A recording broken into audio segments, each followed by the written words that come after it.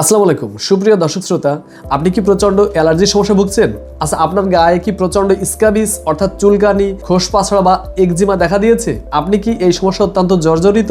এটা শুধু আপনার নয়, বরং আপনার প্রতিবেশীদেরও এই একই সমস্যায় দেখবেন প্রচন্ড সাফারিং বা ভোগান্তি হচ্ছে। এই সমস্যা আজ সারা বাংলাদেশের আনাচে কানাচে এবং প্রচুর পরিমাণে এটা ছড়িয়ে পড়েছে এবং প্রচন্ড দুর্বিষহ যন্ত্রণায় মানুষ এই কোভিড-19 এর ভ্যাকসিন নেওয়ার পর থেকে এই সমস্যাটি প্রচন্ড পরিমাণে ছড়িয়ে আজ সয়লাভ হয়ে গেছে এবং এমন ভাবে যেটা কোনোভাবেই সহজে সমাধান হচ্ছে না। হয়তো আপনার কমতেছে, কিন্তু আপনার পরিবারের অন্য কারো এই সমস্যা অত্যন্ত পরিমাণে বেড়ে যাচ্ছে, অথবা আপনার বাচ্চাটিও অত্যন্ত পরিমাণে এই চুলকানির সমস্যায় ভীষণভাবে ভোগান্তি হচ্ছে। কিন্তু আসল যে বিষয়টি আলোচনার সেটা হচ্ছে, আপনি হয়তো ভাবছেন এর থেকে এই প্রচন্ড চুলকানির যন্ত্রণা থেকে মুক্তি পাওয়ার জন্য, অর্থাৎ আপনার একজিমাকে তাৎক্ষণিকভাবে সারার জন্য আপনি বাজার থেকে দৌড় মেরে একটি স্টেরয়েড ক্রিম কিনে এনে আপনার সন্তানকে বা আপনার নিজের গায়ে লাগিয়ে দিলেন, আর 3 দিনের মাথায় এটা একেবারে সেরে গেল। আপনি ভাবছেন এটা একেবারে সেরে যাওয়া মানে আপনার আনন্দের জোয়ার বয়ে যাচ্ছে, আপনি আপনার এই সমস্যা থেকে স্থায়ীভাবে মুক্তি পাচ্ছেন। কিন্তু না, এটাকে আপনি আপনার শরীরে ভাবছেন স্থায়ী সমাধান। সুপ্রিয় দর্শক শ্রোতা, আপনার এই চিন্তাটি সম্পূর্ণ ভুল। বরং আপনি আপনার শরীরে এই তাৎক্ষণিক সমাধান করতে যে বরং আপনার শরীরে আপনি একটি টাইম বোমা সেট করলেন। আপনি ভাবছেন এই টাইম বোমাটি আপনাকে কি করবে? সুপ্রিয় দর্শক শ্রোতা, আজকের এই ভিডিওতে আমি আপনাদেরকে স্পষ্ট ভাষায় দেখাবো যে মেডিকেল সায়েন্সের আলোকে আপনার এই সুপ্রিয় দর্শক শ্রোতা, আজকের এই ভিডিওর মাধ্যমে আপনাকে স্পষ্ট ভাষায় বৈজ্ঞানিক তথ্যের ভিত্তিতে সুস্পষ্ট ভাষায় জানাবো যে তথাকথিত চিকিৎসার ভিত্তিতে আপনি দ্রুত যে একজিমার সমাধান করে ফেললেন, এর মাধ্যমে আপনার শরীরের হার্ট, ফুসফুস এবং অন্যান্য প্রধান অঙ্গ প্রত্যঙ্গ একেবারেই ধ্বংস হয়ে যাচ্ছে। এবং একই সাথে আপনি কি জানেন যে আপনার চর্মরোগ চাপা পড়লে আপনার প্রচন্ড পরিমাণে শ্বাসকষ্ট বা আপনার অ্যাজমার সমস্যা দেখা দিতে পারে? আপনি কি জানেন আপনার এই চর্মরোগ চাপা দেওয়ার পরিপ্রেক্ষিতে আপনার প্রচন্ড ধাতু দুর্বলতা বা স্নায়বিক দুর্বলতা দেখা দেয়? আজকের এই আলোচনার পরিপ্রেক্ষিতে হোমিওপ্যাথিক চিকিৎসার অমোঘ সত্য এবং এর স্পষ্ট দলিল নিয়ে আপনাদের আমি আজকের এই আলোচনা করতে যাচ্ছি, এবং কেন ত্বক রোগাক্রান্ত হয় এবং এই সমস্যা থেকে চুলকানি অর্থাৎ একজিমা থেকে আপনি স্থায়ী সমাধান কিভাবে পাবেন, এর একটি মানসম্মত আলোচনা। এবং আজকের এই প্রচলিত চিকিৎসার মাধ্যমে কিভাবে হার্টের সমস্যা হচ্ছে এবং কিভাবে আপনার এই চর্মরোগ চাপা পড়ার কারণে ধাতু দুর্বলতা এবং স্নায়বিক দুর্বলতা দেখা দিচ্ছে, এবং একই সাথে এই চর্মরোগ চাপা পড়ার কারণে কিভাবে আপনার পাইলসের সমস্যা হচ্ছে, এটি নিয়ে আজকের এই আলোচনা। এবং আজকের এই আলোচনা আপনার জীবনে এবং আপনার পরিবারের জন্য অত্যন্ত একটি আকর্ষণীয়, এবং দেখবেন এই আলোচনা আপনাকে একটি সুদূর প্রসারী দিক নির্দেশনা দেবে যে আপনি আপনার এই রোগের চিকিৎসায় আপনার কি ধরনের চিকিৎসা নেওয়া উচিত এবং কোনটা করা উচিত এবং কোনটা করা উচিত নয়। এটাই আমাদের আলোচনার মূল লক্ষ্য, এবং আপনাকে স্পষ্টভাবে সত্য বার্তা দেওয়াই আমাদের মূল উদ্দেশ্য। এবং আজকের এই চিকিৎসা সংক্রান্ত আলোচনাটি আশা করছি আপনি সম্পূর্ণ দেখবেন এবং আমাদের পাশে থাকবেন।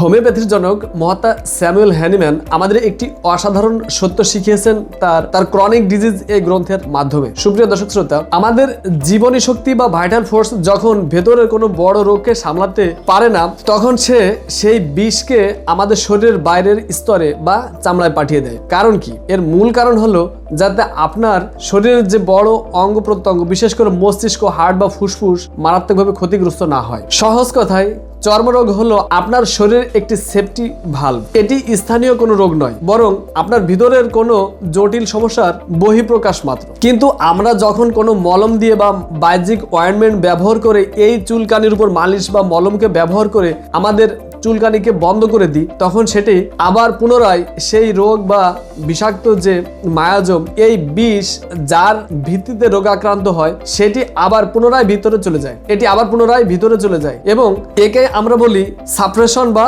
রোগের অবদমন, অর্থাৎ রোগকে ভিতরে আবার পুনরায় পাঠিয়ে দেওয়া। সুপ্রিয় দর্শক শ্রোতা, এখন প্রশ্ন উঠতে পারে, এই চামড়ার রোগ ভিতরে গিয়ে কি কোনো ক্ষতি করে? চিকিৎসা বিজ্ঞানের ভাষায় একে বলা হয় মেটাস্টেসিস, অর্থাৎ এক স্থান থেকে রোগ অন্য স্থানে স্থানান্তর। ফুসফুস ও হাঁপানি অর্থাৎ অ্যাজমা। ভ্রূণতত্ত্ব বা এমব্রিওলজি অনুযায়ী আমাদের শরীরের চামড়া এবং ফুসফুসের একটি গভীর সম্পর্ক রয়েছে। যখন কোনো শিশুর শরীরে কোনো একজিমায় বাহ্যিক মলম ব্যবহার করার পরে তার স্কিন ডিজিজকে একেবারে চাপিয়ে দেওয়া হয়, অর্থাৎ চর্মরোগকে মালিশ মলমের ভিত্তিতে একেবারে বন্ধ করে দেওয়া হয়, এটি তার ফুসফুস উপরে মারাত্মক প্রভাব বিস্তার করে। যার পরিপ্রেক্ষিতে একটি গবেষণায় দেখা গেছে যে যখন একটি বাচ্চাকে বা একটি শিশুকে বাহ্যিক অয়েন্টমেন্ট বা মলমের মাধ্যমে তার গায়ের একজিমাকে বা তার মাথার বা চামড়ার যে কোনো স্থানে চর্মরোগকে আপনি চাপিয়ে দিলেন এবং এই একজিমা কিছুদিনের ভিতর সেরে গেল, তাহলে অধিকাংশ ক্ষেত্রেই এই বাচ্চাটি দেখবেন 5 মাস বা 4 মাস বা কয়েক বছর ভিতরেই তার প্রচন্ড পরিমাণে ফুসফুস বা হার্ট আক্রান্ত হয়েছে। সে কারণে সে প্রচন্ড শ্বাসকষ্টে আক্রান্ত হচ্ছে। এটি কোনো কাকতালীয় বিষয় নয়, বরং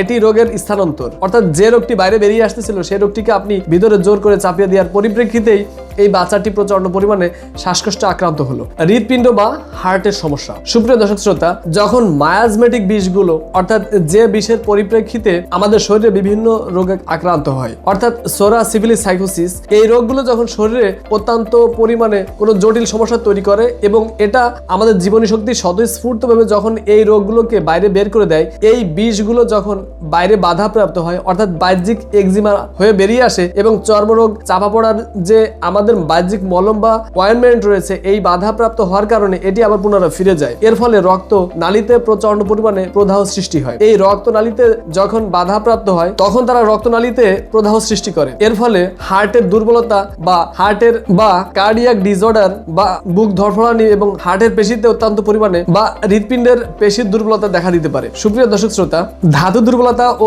স্নায়বিক দুর্বলতা। স্নায়ুতন্ত্র এবং ত্বক। আমাদের স্নায়ুতন্ত্র এবং ত্বক একই উৎস থেকেই তৈরি। যখন কোনো রোগ চাপা পড়ে অর্থাৎ বাহ্যিক মলম মালিশের মাধ্যমে এটা একেবারে অবদমন করা হয় বা চাপিয়ে দেওয়া হয়, তখন আমাদের জীবনী শক্তি অত্যন্ত দুর্বল হয়ে পড়ে। এই জীবনী শক্তি যখনই দুর্বল হয়ে পড়ে তখন আমাদের ভিতরে এক ধরনের অবসাদ কাজ করে এবং একই সাথে তার ভিতরে প্রচন্ড পরিমাণে জৈবিক চাহিদার প্রতি দুর্বলতা এসে যায় এবং ধাতুগত দুর্বলতা দেখা দেয় এবং যৌন চাহিদা তার ধীরে ধীরে কমে যায়। আপনি দেখবেন, আপনি হয়তো বা জানেন অথবা আপনার নিকটস্থ কোনো যে ব্যক্তি এই রোগে আক্রান্ত আছে, বিশেষ করে যার যৌন দুর্বলতা আছে, দেখবেন তার জীবনে কখনো না কখনো সে চর্মরোগকে চাপিয়ে দিয়েছিল কোনো বাহ্যিক অয়েন্টমেন্ট বা মলম মালিশের মাধ্যমে। এটা করার পর থেকে তার যৌন দুর্বলতা প্রচন্ড পরিমাণে দেখা দিয়েছে। এখন আর তার আগের মতো করে ইরেকশন তৈরি হয় না, অর্থাৎ তার একেবারে যৌন চাহিদা কমে গেছে এবং আগের মতো তার আর ইরেকশন হয় না এবং সে একেবারে তার পার্টনারকে সময় দেওয়ার জন্য দুর্বল হয়ে গেছে। সুপ্রিয় দর্শক শ্রোতা, পাইলস ও মলদ্বারের সমস্যার যোগসূত্র। আসুন আলোচনা করি। এই আলোচনা অত্যন্ত গুরুত্বপূর্ণ,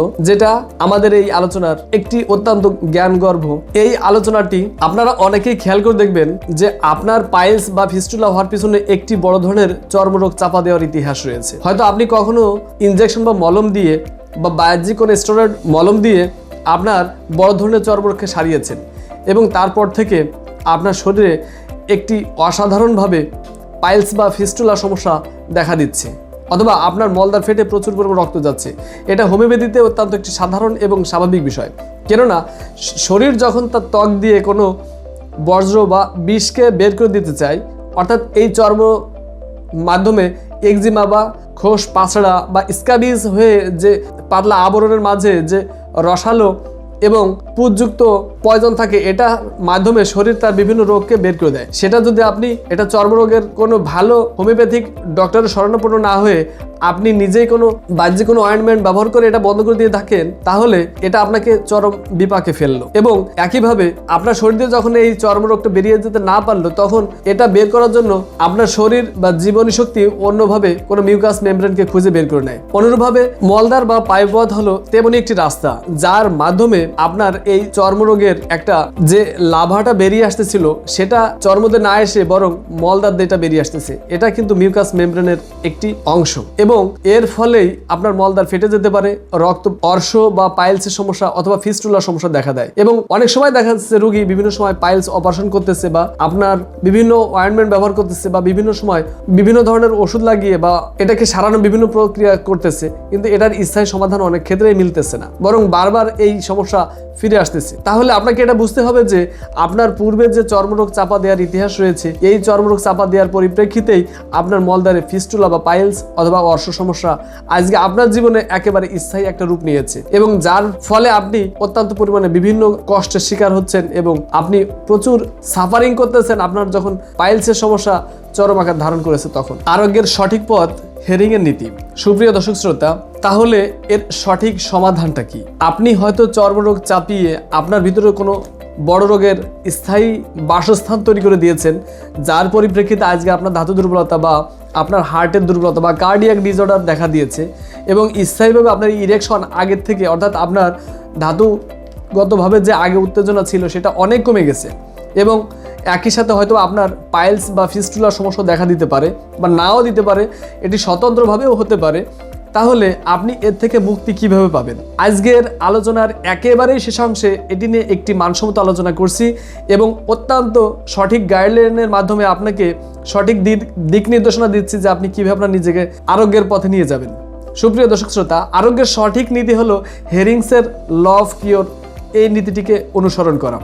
আপনি হয়তো হোমিওপ্যাথিক সঠিক চিকিৎসা নিচ্ছেন, নেওয়ার ফলে আপনার ভিতরে যে রোগটি বাসা বেঁধে আছে, এটি যদি হার্টের সমস্যা অথবা অ্যাজমা হয়ে থাকে, দেখবেন এটি অতি দ্রুত কমে যাচ্ছে এবং এই রোগটি কমে যাওয়ার পেছনেই দেখবেন যদি আপনার পুরনো কোনো চর্মরোগ চাপা দেওয়া থাকে, অর্থাৎ বাহ্যিক মলম বা মালিশ বা ইনজেকশন নেওয়ার পরিপ্রেক্ষিতে যদি সেটি দ্রুত বন্ধ হয়ে যায়, সেটি আবার পুনরায় সাময়িকভাবে অল্প কিছুদিনের জন্য আবার ফিরে আসতেছে এবং কিছুদিন আপনাকে একটু চুলকানির সামান্যতম কষ্ট সহ্য করতে হবে, সেটা হয়তো 1 সপ্তাহ বা 2 সপ্তাহ। এরপরে দেখবেন সেটা আবার, অথবা এমন হতে পারে সেটা 3 দিন বা 6 দিন বা 1 সপ্তাহ কিছু সময় কম বেশি, এরপরেই আপনাকে আবার সেই চুলকনি বেরিয়ে যাওয়ার পরে আপনার শ্বাসকষ্ট একেবারেই স্থায়ীভাবে সমাধান হচ্ছে এবং আপনিও স্থায়ীভাবে নির্মূলভাবে আরোগ্যের স্থায়ী সমাধান খুঁজে পাচ্ছেন। একেই বলে প্রকৃত আরোগ্য।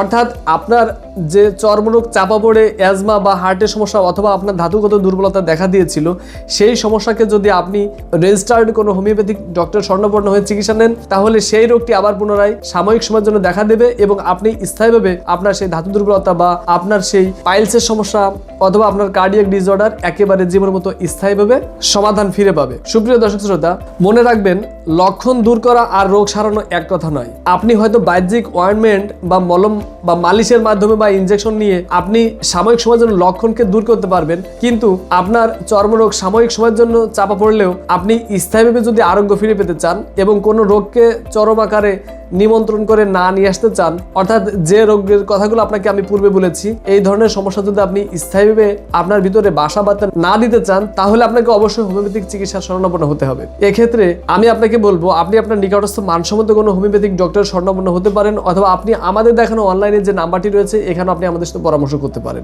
আপনার শরীর আপনার একটি সম্পদ, এর যত্ন নেওয়ার দায়িত্ব আপনার। সঠিক সিদ্ধান্ত নিয়ে সময়ের সাথে আপনাকে বেছে নিতে হবে একটি আদর্শ মানের চিকিৎসা ব্যবস্থা এবং দীর্ঘ স্থায়ী কোনো জটিল রোগের বাসা বাঁধতে না দিতে চান, তাহলে আপনি অবশ্যই মানসম্মত হোমিওপ্যাথিক চিকিৎসা গ্রহণ করুন এবং সাময়িক আনন্দের জন্য বা সাময়িকভাবে দ্রুত স্থায়ী সমাধান পেতে আপনি চর্মরোগকে চাপা দেওয়ার ফলে যে রোগগুলোকে আপনার ভিতরে বাসা বাঁধতে দিচ্ছেন, সেটাকে আপনি অবশ্যই ভুল সিদ্ধান্তেই করতেছেন। আশা করছি আপনি কোনো বড় ধরনের জটিল রোগকে বাসা বেঁধে আপনার বাকি জীবনকে ধ্বংসের মাঝে ঠেলে দিবেন না এবং স্থায়ীভাবে জটিল রোগের সুচিকিৎসা করার জন্য আপনি আপনার নিকটস্থ বা আপনি আমাদের দেখানো নাম্বারে চিকিৎসা নিয়ে আপনার আজকেই আপনার মানসম্মত চিকিৎসাকে আপনি কনফার্ম করতে পারেন। সুপ্রিয় দর্শক শ্রোতা, তো সে পর্যন্ত ভালো থাকবেন, দেখা হবে পরবর্তী কোনো ভিডিওতে। আশা করছি আজকের এই ভিডিওটি আপনার ভালো লাগছে এবং আজকের এই ভিডিওটি যদি আপনার কাছে ভালো লাগে, তাহলে ছড়িয়ে দেবেন আপনার নিকটস্থ বন্ধু বা আপনার রিলেটিভের মাঝে। সে পর্যন্ত ভালো থাকবেন, দেখা হবে পরবর্তী কোনো ভিডিওতে। আসসালামু আলাইকুম রহমতুল্লাহ।